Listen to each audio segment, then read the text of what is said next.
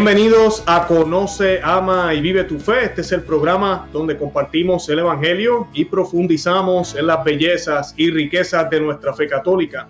Les habla su amigo y hermano Luis Román y quisiera recordarles que no podemos amar lo que no conocemos y que solo vivimos lo que amamos. En el día de hoy ando muy bien acompañado.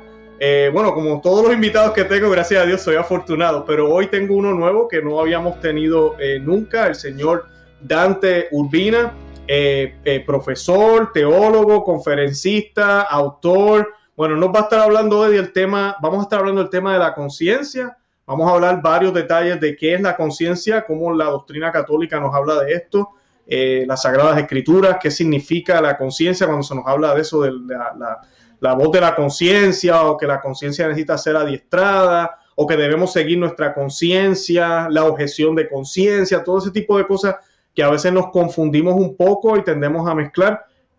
Cómo lo define la Iglesia y cómo realmente nosotros debemos creer o utilizar, ¿verdad?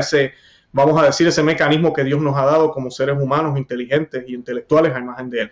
Y pues yo, antes que nada, quiero darle la bienvenida al señor Urbina al programa. Señor Urbina, ¿cómo se encuentra? ¿Cómo está? Muy bien, contento de estar aquí. La verdad que la ocasión de poder hablar de cuestiones importantes desde una perspectiva católica y en la comunión católica es algo que ayuda mucho, porque entonces nosotros podemos confiar en la sabiduría bimilenaria de la Iglesia. La fidelidad a tal sabiduría es un regalo para nosotros y por tanto compartir sobre ello en el espacio en que yo pueda es algo que me pone muy contento. Qué bueno, qué bueno. Yo también lo disfruto muchísimo. Sé que hoy vamos a tener un manjar aquí. Yo sé que vamos a compartir muy buenas ideas y muy buenas cosas. Definitivamente, imagínense, la doctrina de la Iglesia Católica, el tesoro inmenso que nos dejó el Señor en su iglesia y luego, ¿verdad?, que ha ido llegando hasta hoy, ¿verdad? Algo que no es un tesoro que jamás morirá y desaparecerá. Bueno, antes de comenzar, yo quiero, señor Dante, hacer una Ave María, un Dios te salve, como siempre hacemos, para encomendar el programa a la Santísima Virgen María, pedirle que sea la voz de su Hijo las que escuchen los miles que van a ver este programa. Le pedimos a ella también su intercesión para que la tecnología funcione esta noche bien y que aleje cualquier presencia maligna que nos quiera confundir o crear discordia o simplemente sacarnos de lo que el Señor quiere que hagamos en la noche de hoy. Y esta oración, algo que le iba a decir, señor Dante, no le dije fuera del aire. Yo voy a hacer la primera mitad, usted haga la segunda por razones de audio, para no estar hablando los dos a la vez. Y esta oración la hacemos en el nombre del Padre y del Hijo y del Espíritu Santo. Amén. Dios te salve, María, llena eres de gracia, el Señor es contigo. Bendita tú eres entre todas las mujeres, y bendito es el fruto de tu vientre, Jesús. Santa María, Madre de Dios, ruega por nosotros los pecadores, ahora y en la hora de nuestra muerte. Amén. Amén. En el nombre del Padre, y del Hijo, y del Espíritu Santo. Amén. Bendito sea Dios. Gracias. Bueno, vamos para allá. Yo quisiera, antes que comencemos, como es la primera vez que está con nosotros en Conoce, Ama y Vive tu Fe, que se presente un poquito quién es el señor Dante Urbina, qué hace, ¿verdad? ¿Quién es usted? ¿A qué se dedica? Bien, yo me dedico a la docencia universitaria, soy catedrático. De profesión soy economista, tengo un máster en economía, he completado un doctorado. Pero asimismo me he estado desempeñando a lo largo de los años en lo que es la apologética, es decir, la defensa de la fe a través de la razón. Pueden encontrar todo mi material en mi canal de YouTube, Dante A. Urbina. En particular son conocidos mis debates. Hay listas de reproducción de mis debates. He tenido debate, por ejemplo, sobre la existencia de Dios contra el representante de la Asociación Peruana de Ateos. He tenido también el debate cristianismo versus islam, cuál es la religión verdadera, contra el presidente de la Asociación Islámica de Sufismo en el Perú. Asimismo, tuve en 2019 un debate sobre la Trinidad versus unicidad, contra Julio César Clavijo Sierra, que es el teólogo unicitario más influyente de toda habla hispana. Él es autor de un libro titulado Un Dios falso llamado Trinidad. Y este año he tenido un debate contra Gabriel Zanotti. director del Instituto Acton, doctor en filosofía, y el debate versó sobre la cuestión del catolicismo y el liberalismo, o filosofía cristiana y liberalismo de la escuela austriaca, si se quiere el marco más amplio de esto. En el debate yo sostuve la incompatibilidad de la fe cristiana, la filosofía cristiana y en particular el entendimiento católico sobre tales y la visión liberal de la escuela austriaca de economía. Esto en línea con la escritura, la tradición y el magisterio. Y bueno, tengo varios videos, aparte de los debates, de conferencias, de entrevistas. He tenido oportunidad de estar en diversos países, en eventos académicos, Perú, España, Alemania, México, Argentina, etc. Finalmente podría referir mis libros. Tengo varios libros publicados, los encuentran en Amazon, amazon.com, ponen Dante Urbina libros y le va a salir libros sobre temas de economía y también sobre temas de apologética. En concreto, tengo un libro sobre la existencia de Dios, titulado ¿Dios existe? Como pregunta, en 2016, y un libro titulado ¿Cuál es la religión verdadera? De 2018.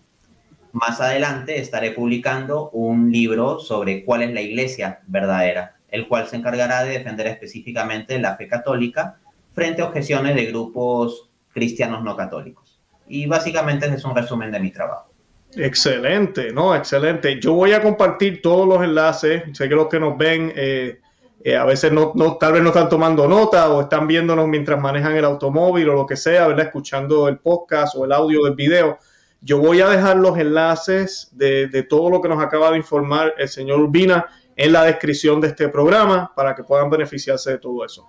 Bueno, gracias, señor Urbina. El tema que vamos a estar hablando hoy es de la conciencia. Yo creo que es un tema muy importante porque pues yo creo que hay malas concesiones sobre lo que es realmente la conciencia y cómo la doctrina católica lo define.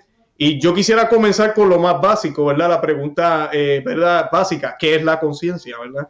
¿Qué es eso? Podemos tomar como referencia o base la definición que nos da el diccionario. Y si nos vamos al diccionario de la lengua española de la RAE, vamos a encontrar más de una acepción de la palabra conciencia. Conciencia puede entenderse bajo cierta acepción como, abro cita, actividad mental del propio sujeto que permite sentirse presente en el mundo y en la realidad. Esto es lo que podríamos llamar conciencia psicológica. Conciencia como la cualidad que nos permite estar conscientes, o sea, saber que nosotros mismos somos y que el mundo exterior es. Para decirlo en el lenguaje del filósofo René Descartes, ser conscientes implica tener conocimiento sobre la red cogitans, que es nuestra propia entidad como sujetos pensantes, y la red extensa, es decir, los entes del mundo. En suma, bajo la acepción psicológica de conciencia, yo sé que estoy aquí hablando, yo sé que soy Dante Urbina, sé que estoy frente a una computadora, frente a un micrófono, que tengo una taza a mi costado, etc. No obstante, también encontramos otra acepción, que es, abro cita, conciencia, conocimiento del bien y del mal, que permite a la persona enjuiciar moralmente la realidad y los actos, especialmente los propios. En contraste a la conciencia psicológica de la que había hablado al comienzo, esta segunda acepción hace referencia a la moral. Entonces, podemos hablar de la conciencia en términos de la conciencia moral. Cuando tenemos remordimientos de conciencia por si hemos hecho algo mal, bueno, esa es la conciencia moral. O, por ejemplo, cuando una persona actúa sin pensar en las consecuencias morales de sus actos, decimos que es un inconsciente. O sea, que ha dejado el juicio moral de lado. Desde esa perspectiva, entonces, la conciencia moral es aspecto fundamental de nuestra cualidad como agentes morales. Porque nosotros los seres humanos, cuando realizamos actos, esos actos son tales que implican una dimensión moral. Nuestros actos en nuestra familia, a nivel económico, a nivel político, todo acto humano consciente tiene una cualificación moral. Desde esa perspectiva, nosotros tenemos que ejercer nuestra conciencia moral en nuestras transacciones económicas. A veces uno simplemente es cristiano para el templo y se olvida cuando tiene que hacer transacciones económicas. Y también en nuestras elecciones políticas, porque hay algunos que bien que van a misa todos los domingos, pero cuando se trata de épocas electorales, sí se olvidan del juicio moral en ese acto, en el cual seguimos siendo agentes morales y por tanto tenemos responsabilidad de nuestros actos. Responsabilidad de qué compramos, qué vendemos, qué consumimos y por quién votamos. Excelente, excelente. No, sí, somos cristianos, bueno, católicos cristianos, ¿verdad? A veces digo cristiano y la gente de Sudamérica piensan que estoy hablando de los protestantes, yo no sé por qué. O sea, los católicos somos cristianos, yo siempre le digo a la gente, pero, ¿verdad? Cuando digo cristiano me refiero a los católicos, ¿verdad? Y somos 24/7, 24 horas, 7 días a la semana. Ahora, mencionaste algo que me llevaba a la otra pregunta, que es mayormente lo que interpretamos por conciencia, ¿verdad? Esa conciencia moral, que hago algo y a veces nos sucede que estamos haciendo o tomamos una decisión mala y como que ahí mismo haciendo eso malo nos damos cuenta y sabemos que esto que estoy haciendo no está bien. Para uno poder, porque yo sé que naturalmente hay unas cosas que el ser humano, por ejemplo, como robar, no hay que ser cristiano para saber que robar es malo. Hasta los indígenas pensaban que robar era malo, o no los indígenas, los nativos, o como le queramos llamar. Gente, vamos a decir, que no tenía ningún tipo de religión o filosofía, cualquiera de las culturas, se sabe que robar es malo o matar, siempre se sabía. O sea que hay como algo dentro del ser humano que conscientemente reconoce que yo no debo tomar lo que es de otro y mucho menos quitarle la vida a alguien y cosas así. Ahora, hay otras cosas que tal vez tienen que ser, vamos a decir yo, aprendidas. Entonces, esa es mi siguiente pregunta. ¿La conciencia necesita ser educada o preparada o simplemente nos debemos simplemente llevar por lo que, pues con yo le digo el chip, el software que ya venimos desde nacimiento? ¿Debería ser adiestrada? ¿Debemos buscar orientar nuestra conciencia o no? Me ha gustado esa referencia a lo del chip o el software. Lo que he de decir aquí es que en una antropología católica sabemos que el software humano ha sido infectado por un virus. Ese virus no ha destruido el software, pero sí lo afecta. Y lo afecta los discos, los diferentes discos, unidades del software están afectados. ¿A qué me refiero? Dios crea al hombre y todo lo que hace Dios es bueno, por lo tanto el hombre sale perfecto de las manos de Dios.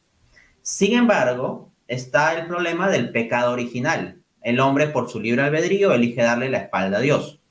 El pecado original que afecta a la raza humana desde la perspectiva católica, y esto es parte de la tradición cristiana en general, es un virus.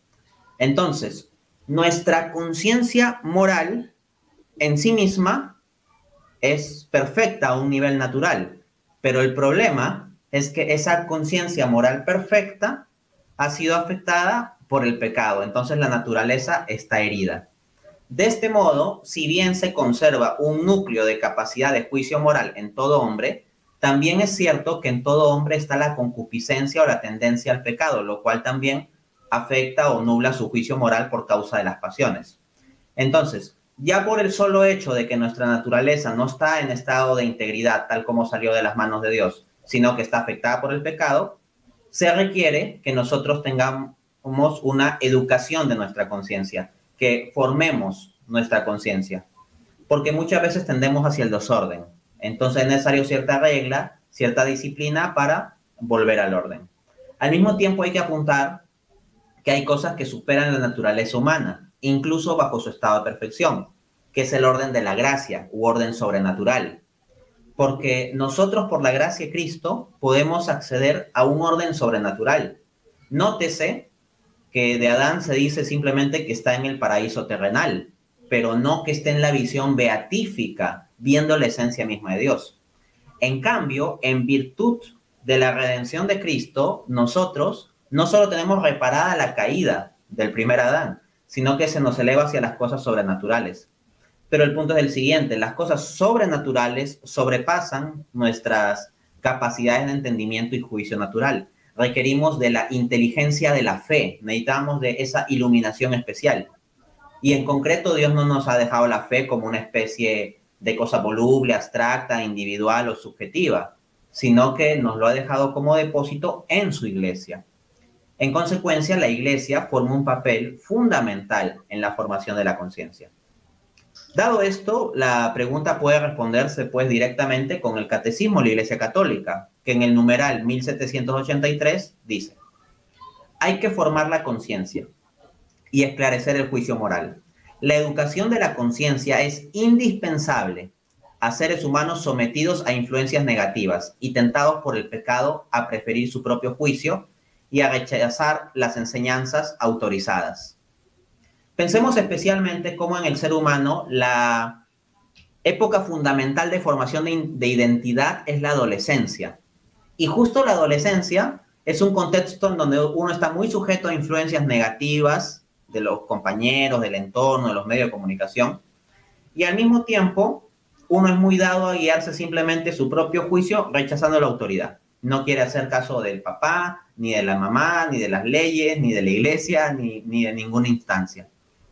Entonces, ahí la formación de la conciencia juega un papel crucial.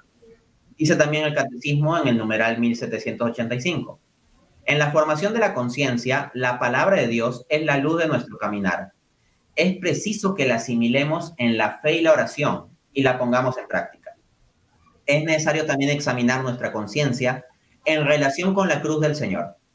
Estamos asistidos por los dones del Espíritu Santo, ayudados por el testimonio o los consejos de otros y guiados por la enseñanza autorizada de la Iglesia.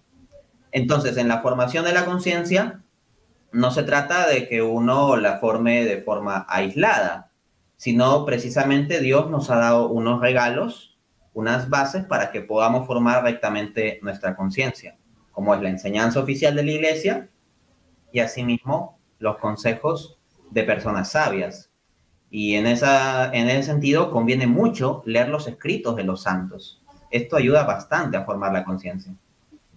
Excelente. Me empezó a contestar la siguiente pregunta, que, ¿verdad?, es si se puede equivocar la conciencia. Usted mencionó el examen de conciencia. Por esa línea que voy yo, o más o menos con las preguntas. ¿Verdad? Porque la gente, ¿cómo te digo? Yo no puedo excusarme de simplemente decir, pues fue mi conciencia. Yo no, ¿verdad? Una cosa es la ignorancia, ¿verdad?, que uno no sabía, y que sea verdad, ¿verdad?, que no estamos tratando de engañar a nadie, porque a Dios no lo podemos engañar. Y otra es que simplemente ha sido descuido mío, como el catecismo nos dice. Yo tengo que adiestrar mi conciencia, y mencionaste que tenemos que examinar la conciencia. O sea que te pregunto, ¿la conciencia entonces sí se puede equivocar?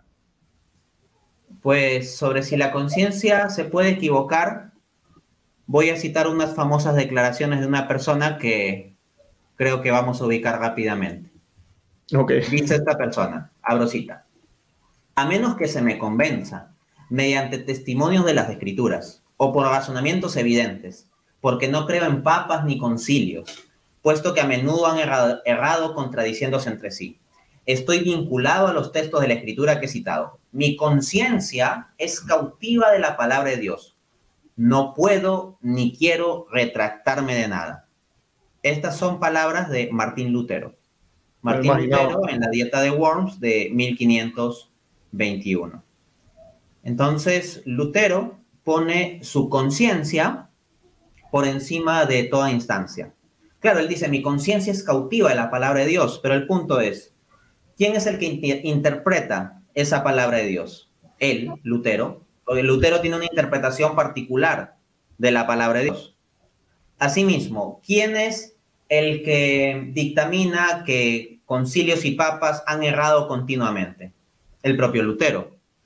Entonces, él, con su interpretación privada de las Escrituras, se pone por encima del conjunto de la tradición cristiana, de papas, de concilios, y pues simplemente con eso dice, no me puedo retractar, yo tengo mi conciencia y punto.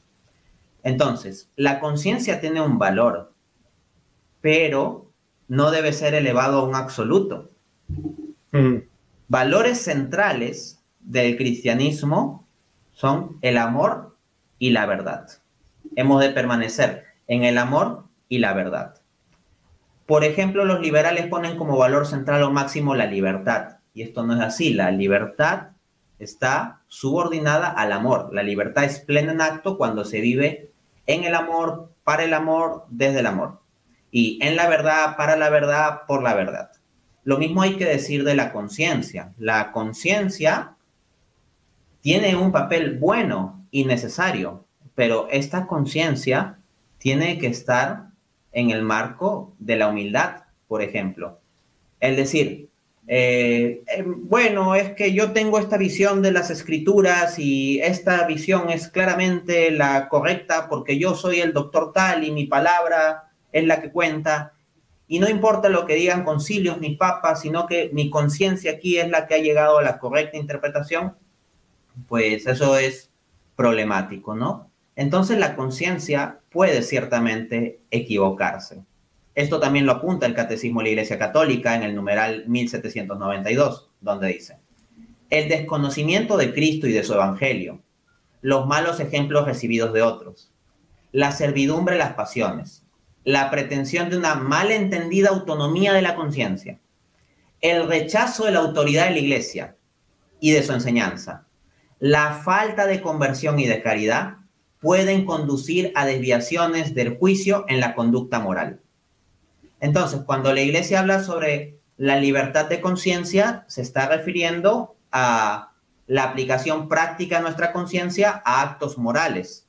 Y en ese sentido, como decía Santo Tomás, el magisterio de la Iglesia, la enseñanza de la Iglesia, funciona como regla infalible de fe.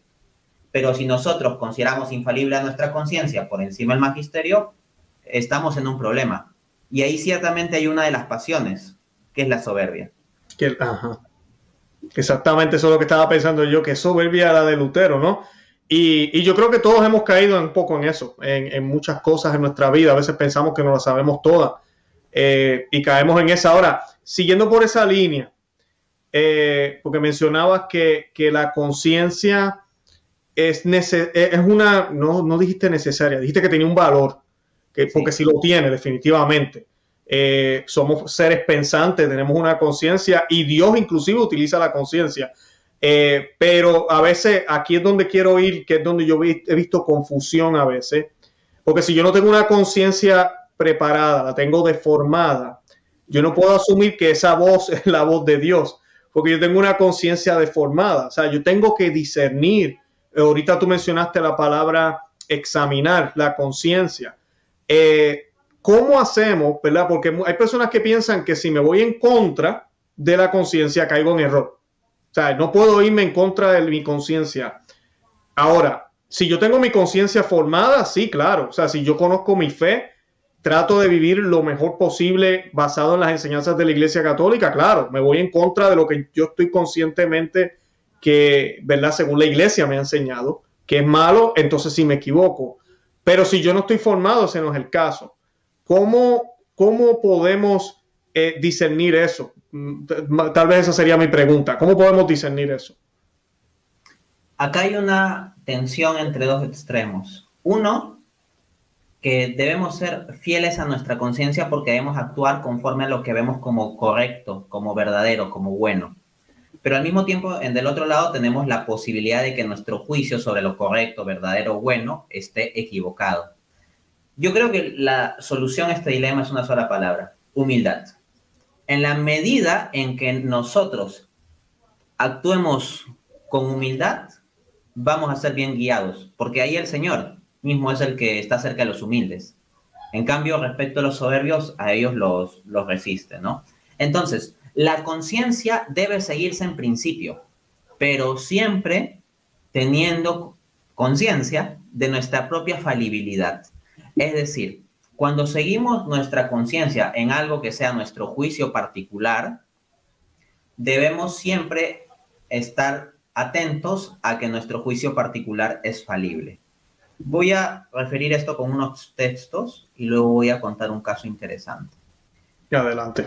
En la Escritura, Romanos 14, del 22 al 23, dice: dichoso el que no se condena a sí mismo en lo que aprueba, pero el que duda, si come, se condena, porque no lo hace por fe, y todo lo que no procede de la fe es pecado.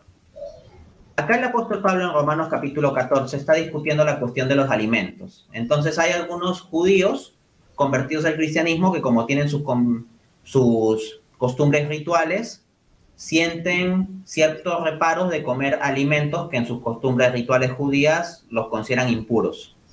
Entonces, algunos cristianos recién conversos no tienen mayor problema con esos, pero otros como que todavía tienen problemas. Lo que dice el apóstol Pablo en Romanos capítulo 14 es básicamente que hay libertad de conciencia en ese asunto. Entonces, si alguno siente como que se siente mal en su conciencia de comer cierto alimento, mejor que lo evite. Nótese que Pablo está dejando libertad de conciencia en una cuestión que es opinable.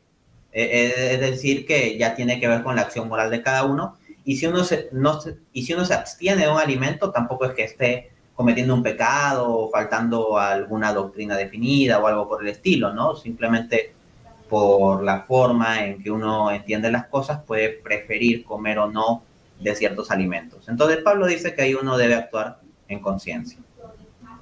Y dice que más bien si uno actúa contra su conciencia, come condenación, en el sentido de que si por tu conciencia tú concibes que algo es bueno y no lo haces, entonces no estás actuando rectamente. En un sentido subjetivo, al menos. Pero el punto, y esto lleva a la segunda tensión, es que nuestra subjetividad puede equivocarse. Y ahí el catecismo, con gran sabiduría, apunta, numeral 1790. La persona humana debe obedecer siempre el juicio cierto de su conciencia, cuando es cierto, no cuando es dubitativo. Si obrase deliberadamente contra este último, se condenaría a sí misma. Pero sucede que la conciencia moral puede estar afectada por la ignorancia y puede formar juicios erróneos sobre actos proyectados o ya cometidos.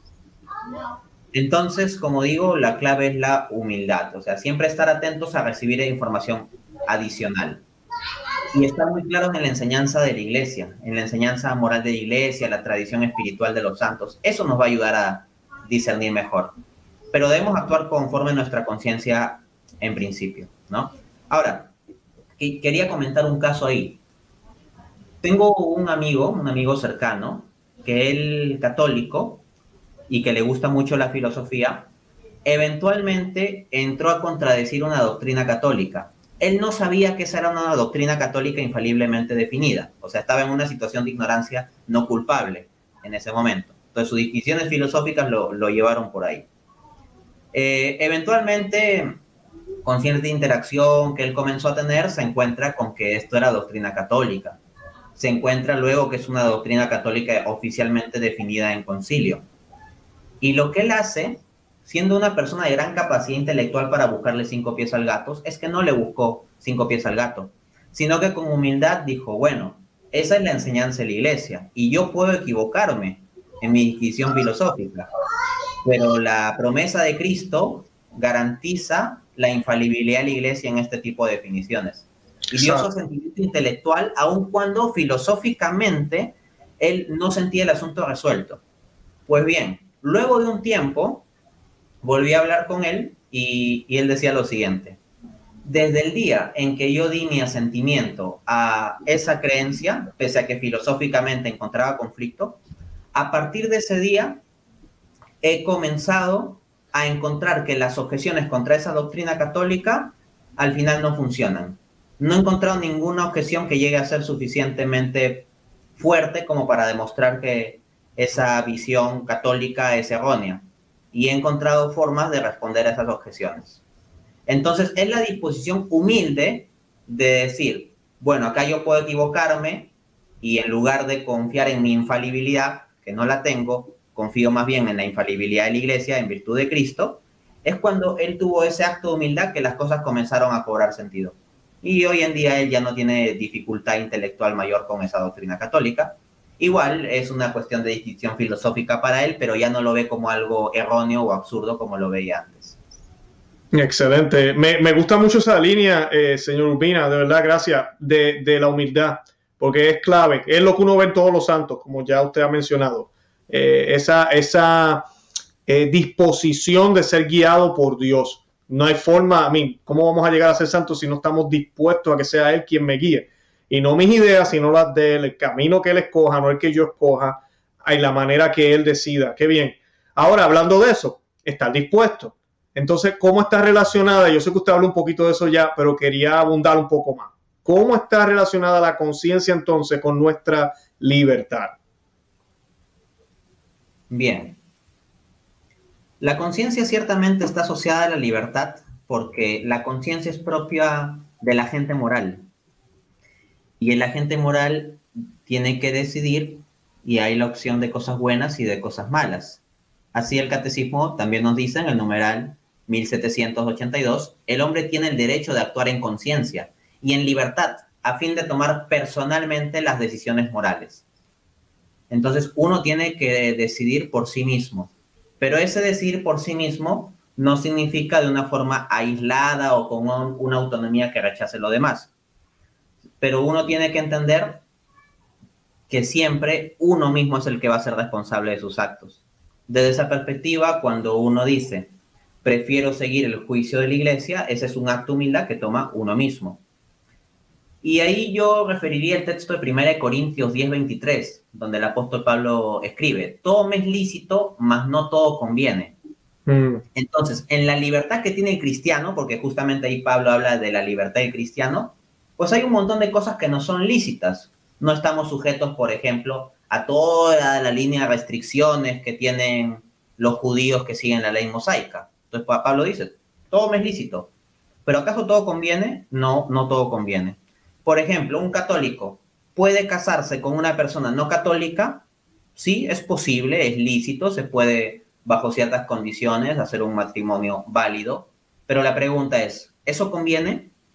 Entonces es ahí donde viene la relación entre la conciencia y la libertad, en que incluso cuando encontramos varias opciones lícitas, tenemos que ver qué es lo que conviene y actuar conforme a eso. Excelente. Una de las cosas que usted mencionó ahorita, ¿verdad? Nosotros tenemos el derecho de tomar esa decisión o de tomar esas decisiones, algo que la Iglesia Católica inclusive ha sido muy excelente en todos los siglos que lleva, ¿verdad? Los 20 siglos que lleva la Iglesia Católica. Lamentablemente se ataca muchísimo a la Iglesia Católica como una iglesia que impuso en cierto momento de la historia y todo lo demás, cuando la evidencia es en inglés dicen overwhelming, es tremenda, de que no. La iglesia siempre respetó esa objeción de conciencia, inclusive del ateo, del judío, que no quería, pues, no aceptarlo, ¿verdad? La iglesia siempre ha aplicado ese principio, no solo a sus hijos, sino también a los que están por allá, para que ellos libremente escojan al Señor, porque tiene que ser una decisión propia de nosotros. Ahora, le traigo esto a colación por la siguiente pregunta y por algo que está pasando ahora en Europa. Yo estoy seguro, tal vez usted ha escuchado las noticias, la Unión Europea hace poco también y había un debate con esto del aborto. Usted sabe que ahorita, pues, con esta dictadura que hay a nivel mundial, pues una de las cosas que se necesita es que todos los países a nivel mundial protejan los derechos reproductivos de la mujer, así le llaman. Y pues ellos decían que la objeción de conciencia no puede ser ya una elección, o sea, porque es que esos son los derechos reproductivos de la mujer. Y eso a mí me llamó la atención. Yo dije, wow, ¿sabe? Esto es, ya se están yendo a otro nivel. Porque una cosa es, hagan lo que ustedes quieran y si quieren decir una cosa, quieren decir que la gravedad ya no existe, aunque si yo me subo al techo y me zumbo, de seguro caigo para abajo como quiera, aunque ellos lo pongan en un papel y juren que no existe ya. Hagan lo que ellos quieran con el documento. Pero ya cuando tú estás hablando de la objeción de conciencia, esto es algo grande, o sea, es algo sumamente grande. Y yo quería hablarle vamos a hacerle esa pregunta, ¿se debe respetar la objeción de conciencia de los individuos? O sea, como católicos y no católicos. Definitivamente. En las estructuras políticas, lo que al final se busca es mantener y extender el poder. Desde esa perspectiva, la objeción de conciencia es una protección fundamental de los individuos frente al totalitarismo, frente a la tiranía, frente a la dictadura. Porque lo que es incómodo para una dictadura es precisamente que los individuos tengan libertad de conciencia. Por eso las dictaduras intentan lavar el cerebro de la población y asesinar a los disidentes. Entonces, sucede que en nuestras naciones formalmente democráticas, en gran parte se está introduciendo una dictadura sustancial. sea, porque tenemos una democracia formal, en tanto vamos y votamos cada cuantos años, dependiendo del país, pero al mismo tiempo hay instancias no elegidas por nosotros que imponen cosas que nosotros mismos no elegimos. Hay instancias supranacionales que ninguno de nosotros ha votado por la ONU, ni el FMI, ni el Banco Mundial, pero vienen imponiendo cosas a los países, por ejemplo. Y esto de estar por encima de la conciencia de los individuos en la instancia civil es algo pues muy peligroso. La enseñanza de la Iglesia está siempre a favor de la objeción de conciencia a este nivel. Así, por ejemplo, Santo Tomás de Aquino, en la Suma Teológica, prima secunde, cuestión 95, artículo 2, respuesta, dice: la ley tendrá fuerza de ley en la medida en que sea justa. Ahora bien, en los asuntos humanos se dice que una cosa es justa cuando es recta en función de la regla de la razón. Mas la primera regla de la razón es la ley natural. Luego, la ley positiva humana, en tanto tiene fuerza de ley, en cuanto deriva de la ley natural. Y si en algo está en desacuerdo con la ley natural, ya no es ley, sino corrupción de la ley. Entonces, todas estas leyes asociadas al aborto y la ideología de género rompen con la ley natural. Y en consecuencia ya no tienen fuerza ley, sino que son corrupción de la ley. Y por lo tanto, desde los propios principios establecidos por Santo Tomás, tenemos el derecho y de hecho el deber de oponernos. Dice también el santo, Suma Teológica prima secunde, cuestión 96, artículo 5, solución 2. Abro cita. La ley del Espíritu Santo es superior a toda ley puesta por los hombres.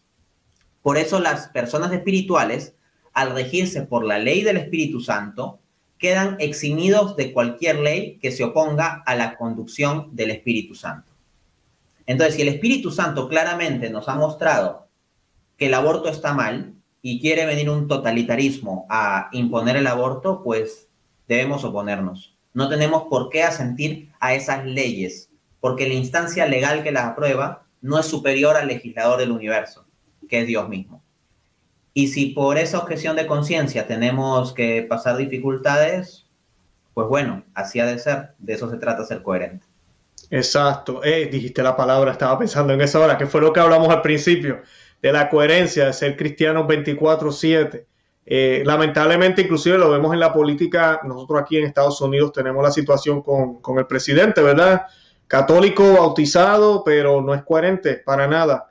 Y la excusa de algunos de estos católicos que viven en esa forma es que no, yo no impongo la fe a nadie, pero el punto no es ese, el punto es que tú tienes que ser coherente, porque es parte de tu cristianismo. O sea, tú no eres cristiano solo en la misa, como decía usted, ¿verdad? O en el domingo, o en ciertos momentos, cuando estoy en casa con mis hijos, pero cuando soy el presidente hago otra cosa. No, se supone que yo sea católico, hijo de Dios, bautizado, todo el tiempo, hasta cuando estoy dormido, todo el tiempo. Y esa es mi siguiente pregunta. ¿Cómo debería ser la conciencia de un cristiano, señor Dante? Pues en primer lugar, tener el principio que dijo San Pedro junto con los apóstoles en Hechos 5:29. Hay que obedecer a Dios antes que a los hombres. Cuando nosotros estemos ante ese tipo de situaciones como la que se acaba de comentar, hay que recordar eso. Asimismo está la humildad. Proverbios 3:5 dice: fíate del Señor con todo tu corazón, no te apoyes en tu propio entendimiento. Porque claro, nosotros con nuestra propia prudencia, nuestra propia interpretación, lo que nos vamos a encontrar es, uno, que nos inclinamos naturalmente a lo que más nos gusta. Y ese algo que más nos gusta está muy influenciado por las pasiones y las concupiscencias. Al mismo tiempo, nuestro propio entendimiento es falible. Entonces, mejor atender a la palabra de Dios. Y resulta que la palabra de Dios no queda ahí como una cuestión para la libre interpretación, porque si no volveríamos a lo mismo, sino que ha sido dejada como depósito a la iglesia en la forma escrita y oral, escritura y tradición. Entonces el magisterio resguarda ese depósito de fe, conforme a 1 Timoteo 3:15. Dice el apóstol Pablo a Timoteo y a todos nosotros: te escribo para que sepas cómo debes conducirte en la casa de Dios, que es la iglesia de Dios, del Dios vivo, columna y fundamento de la verdad. Entonces, la palabra de Dios, que en términos más fundamentales es Jesucristo mismo, es la verdad. Juan 14:6. Pero frente a las incertidumbres que nosotros podemos tener sobre cuál es la interpretación correcta para seguir, bueno, Dios nos ha dado una instancia que es columna y fundamento de la verdad, la iglesia. Entonces no se trata de nuestra interpretación privada, sino de la enseñanza oficial de la iglesia.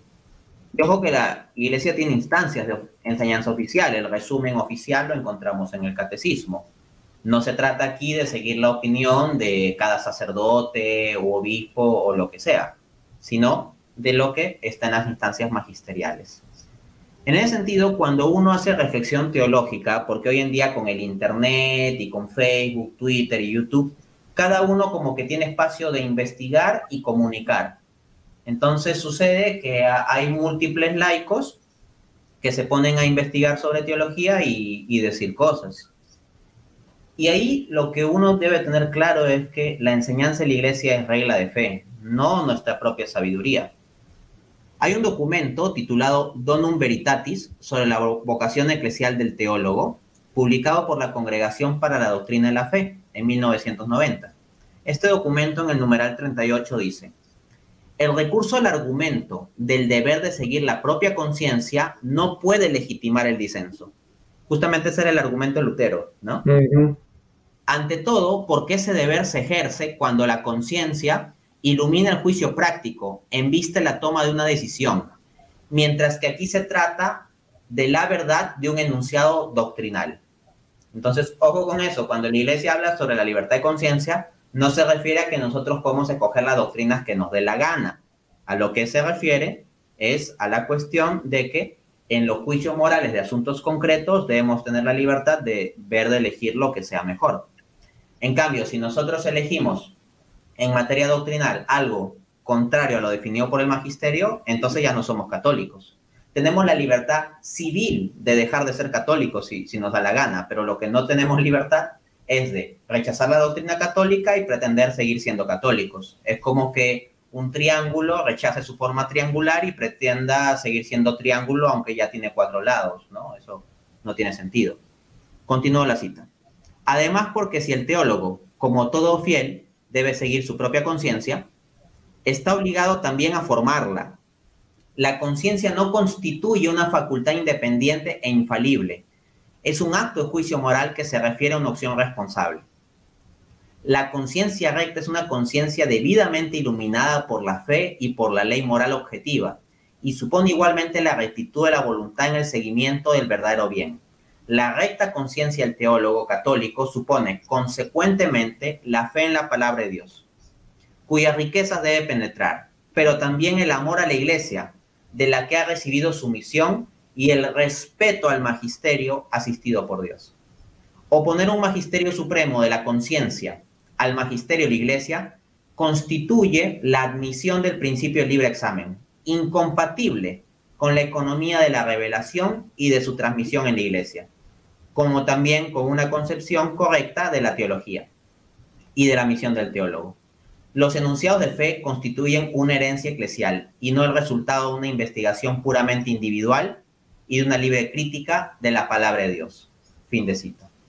Desde esa perspectiva, teólogos pretendidamente católicos como Leonardo Boff, que enseñan teología de la liberación, contra doctrina definida de la iglesia, o Hans Kung, que niega la infalibilidad papal, contra doctrina definida de la iglesia, pues caen dentro de lo que se está mencionando aquí.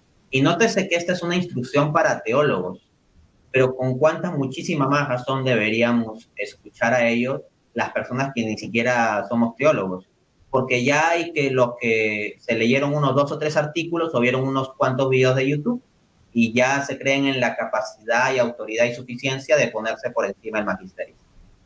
Claro, no, muy cierto. Gracias por ese comentario, Dante, porque sí hay mucha confusión en los medios. Yo recuerdo cuando yo empecé el canal, yo había hecho ya unos certificados y unas cosas, pero esa es una de las razones por las cuales yo estoy terminando la maestría ahora en teología. Yo también tengo una carrera en administración. Esto yo no se lo pedí a Dios, te lo juro, Dante. Pero este canal, gracias a Dios, el Señor me lo ha regalado y ha ido creciendo rápidamente. Pero es una responsabilidad.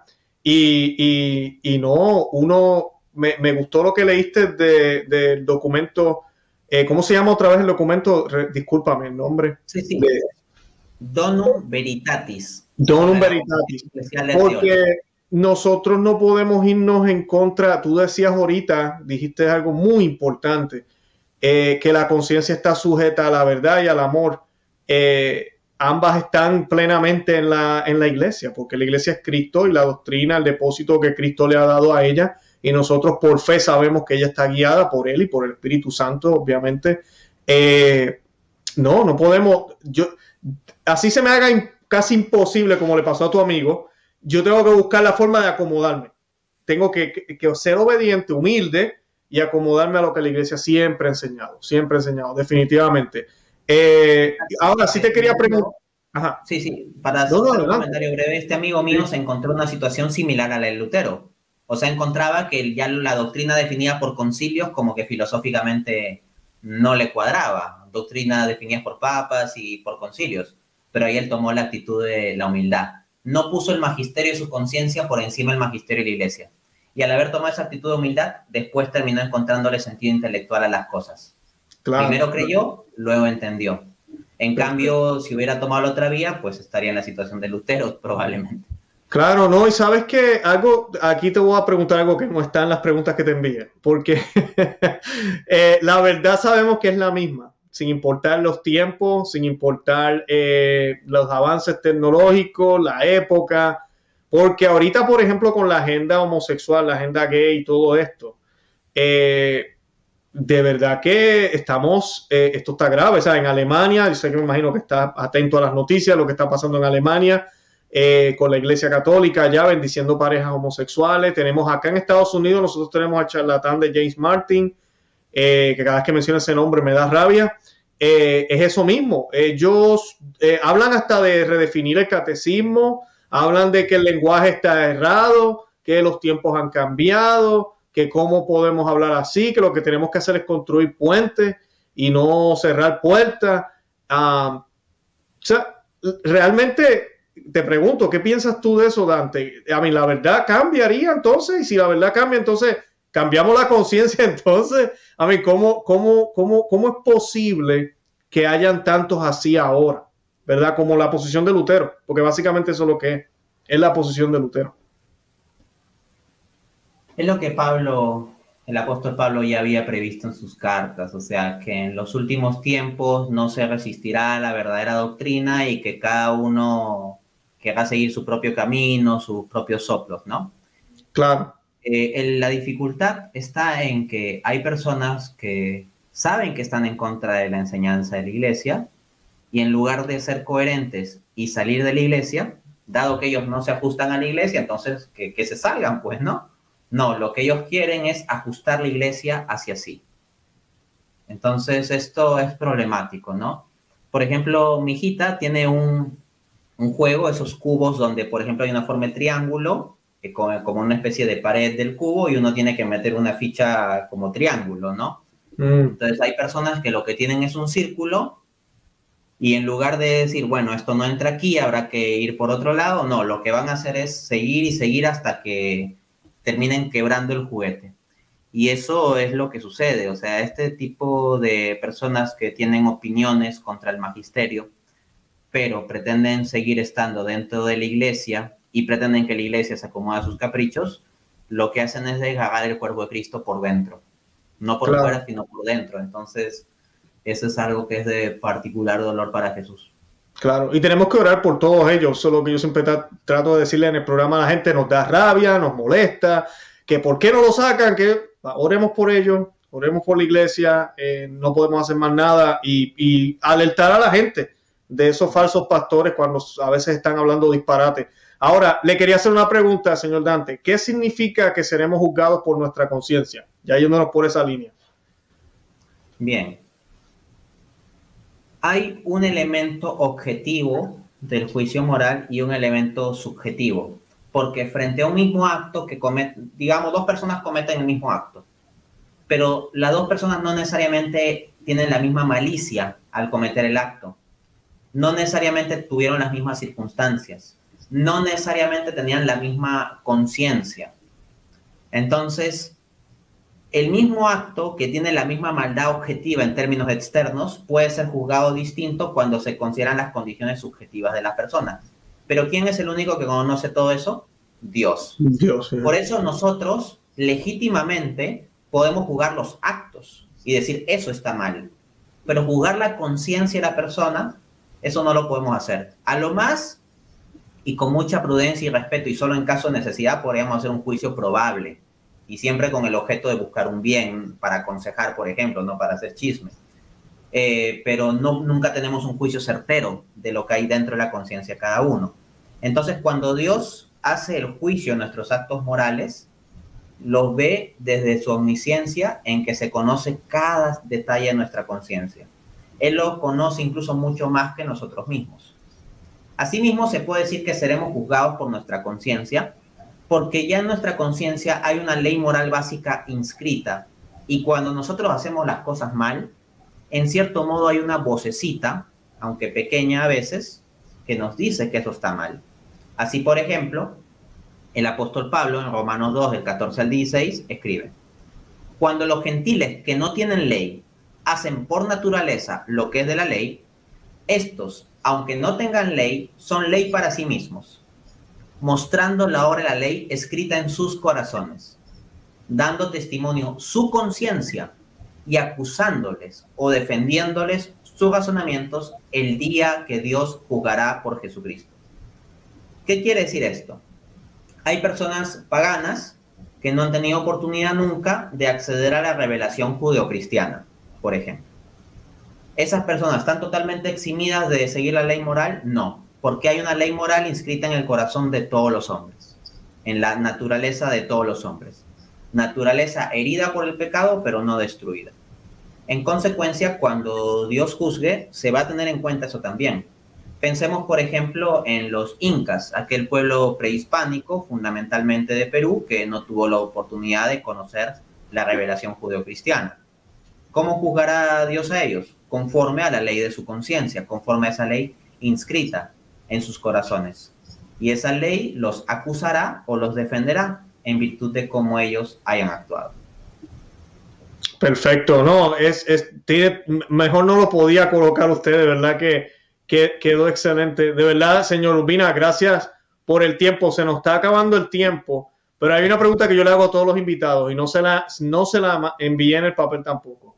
Y quería aprovechar, hablamos de la conciencia, hablamos de la moral, hablamos de la libertad, de lo que uno debe hacer que es correcto, ser humildes y obedientes a la iglesia. Yo le quiero hacer la siguiente pregunta. ¿Por qué usted cree que ahora es el mejor momento para ser católico en estos tiempos de confusión? Porque ahora es cuando más se necesitan buenos católicos. A Santa Bernardita Subirús, aquella niña humilde que vio a la Virgen en Lourdes, en una ocasión le preguntaron: ¿qué es a lo que tienes más miedo? Y esta niña incluso había sido sometida a tortura psicológica por parte de autoridades civiles que querían que diga como que todo había sido una alucinación y que no había visto a la Virgen. Esta niña pasó cosas muy duras. Entonces ella tenía muchos elementos en su experiencia para decir a qué le tenía más. Pero la respuesta que ella dio me encanta. Ella dijo: ¿a qué le temes más?, le preguntan. Ella responde: a los malos católicos. Lo que más daño puede hacer son los malos católicos. Eso es lo más terrible. Entonces, como hay un tiempo de confusión hoy en día, es el mejor momento para ser católico, porque ¿cómo es esto? A ver, piensen en esos rosarios fosforescentes. ¿No? Hay unos rosarios que están hechos de material fosforescente. ¿Cuándo brilla ese rosario? Cuando está todo oscuro.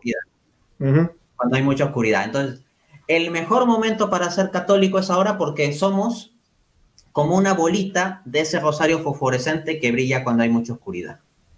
Excelente, me gustó esa respuesta, señor Urbina, gracias a un millón. No sé si quiere añadir algo más para concluir, pero yo le quiero decir a la audiencia, voy a dejar, como dije al principio del programa, todos los enlaces del señor Urbina, la cuenta de Amazon para que puedan buscar los libros, el canal de YouTube y todo lo demás que usted me envíe. Le iba a pedir eso, que me lo envíe por email, así no se me queda nada. y así lo vamos a tener en la descripción para todos los que vieron o escucharon el programa de hoy. De verdad que ha sido un placer, señor Dante, una vez más, gracias por aceptar la invitación. Ojalá no sea la última vez que lo tengamos aquí para poder compartir este tipo de temas. De verdad que le agradezco el tiempo. Y nada, si tiene algo más que añadir, ahora es el momento, señor Urbina. Bien. En el orden de la naturaleza, ¿quién es la criatura más maravillosa de todas? De entre todos los seres que Dios creó, del que se dice que es el ángel más bello por la tradición judeocristiana, es de Lucifer. Pero siendo por naturaleza el más elevado, por su libre albedrío, por su soberbia, cayó en lo más hondo. Y en el orden de la gracia, ¿quién es la criatura más elevada de todas? Pues una mujercilla sencilla de una cultura pues de muy poca importancia a nivel geopolítico en el siglo I, la cultura judía, la Virgen María. En el orden de la naturaleza, María es una niña pequeña, es poca cosa, pero en el orden de la gracia ella es la reina de los ángeles, o sea, está por encima de todos. ¿Y cuál es la diferencia? Noten, por el orden de la naturaleza, Lucifer es un ángel pues bellísimo, pero por la soberbia todo se destruye. María, en cambio, es pequeña en el orden de la naturaleza, pero por la humildad es elevada a lo máximo en el orden de la gracia. Entonces yo diría que la clave de todas estas disquisiciones es esa sola palabra, humildad. Excelente, excelente. Señor Urbina, de verdad que gracias. Gracias, de verdad que sí. Un saludo allá a todos en Perú. Estaré orando mucho por ustedes, por su país, por todo lo que está sucediendo allá. Oren por nosotros acá también, que las cosas están locas acá en Estados Unidos también. Y nada, estaremos en contacto. De verdad que el Señor le bendiga a su familia y nos estaremos comunicando si Dios lo permite. Excelente, muchas gracias. Que Dios lo bendiga. Bye bye.